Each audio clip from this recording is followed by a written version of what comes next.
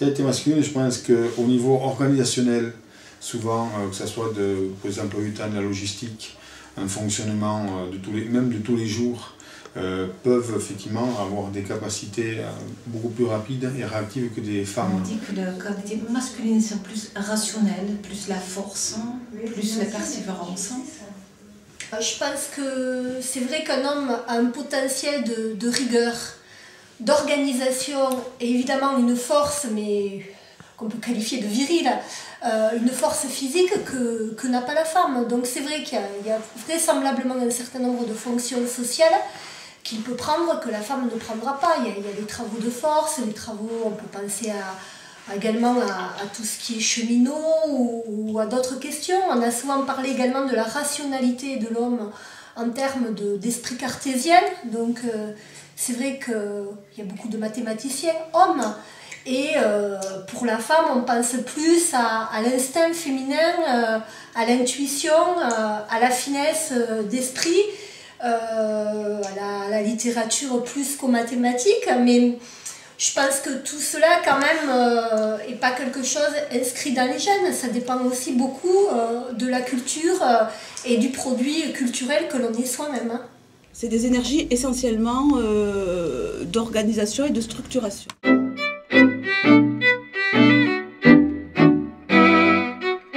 Souvent on dit que les femmes, étant par définition celles qui vont devenir mères, ont un rapport au réel qui est plus un rapport sensible. Donc évidemment on les imagine plus dans des rôles de maîtresse, dans des rôles proches de l'enfance, voire proches de l'être humain en général, sur des métiers qui sont plus marqués par l'altruisme. C'est moins des constructeurs que des gens qui accompagnent l'autre partie de la société. Les énergies féminines sont des énergies plus créatives. Les énergies féminines expriment plus la créativité, mais les hommes et les femmes ont les deux en soi.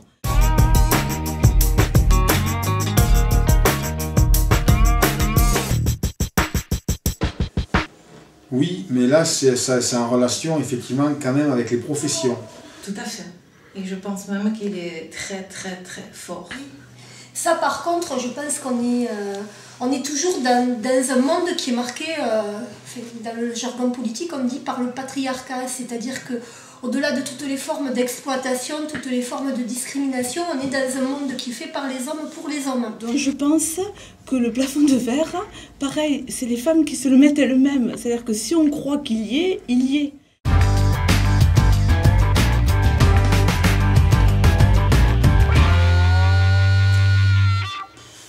Je pense, malheureusement, oui, je ne suis pas pour. Je suis effectivement pas pour, parce que je trouve ça dommage.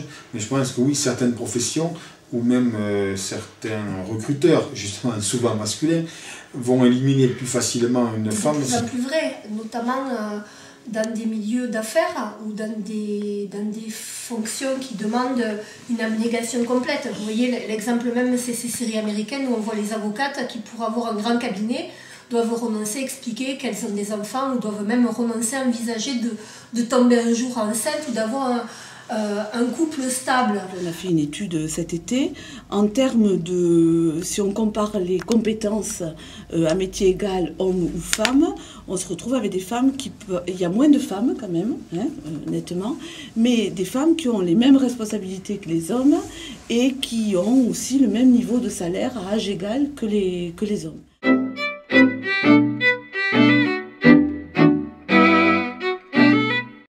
Personnellement, moi j'aime bien les ours, donc je vais dire un ours.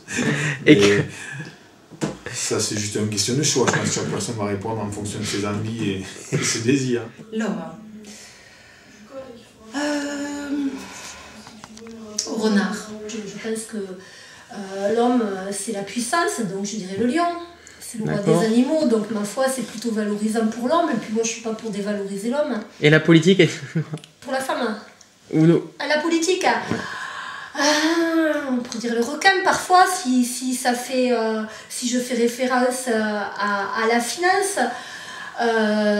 Puis parfois ça pourrait être aussi le cheval fougueux, si je pense plutôt à tous les hommes qui mènent des combats, et c'est joli un cheval fougueux.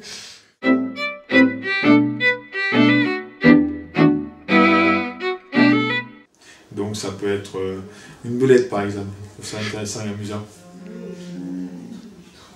Au félin. Alors pour la femme là, moi j'aime beaucoup Colette, l'écrivaine, donc je passerai au chat.